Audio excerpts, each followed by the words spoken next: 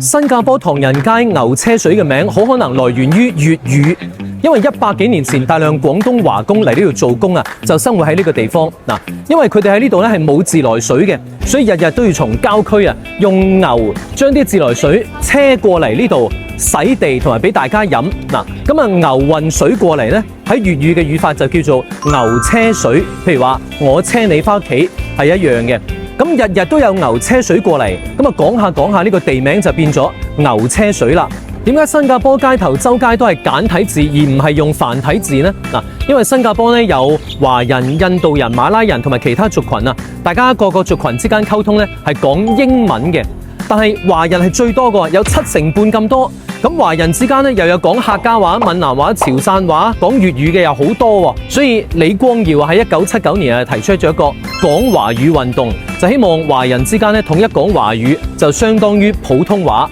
嗱。咁啊加埋中國嘅實力越嚟越強，咁啊佢哋決定咧就引進中文簡體漢字作為官方書寫文字啦。新加坡嘅騎樓佢個名叫做五腳基啊，咁係因為咧從門口到馬路邊呢個位置啊，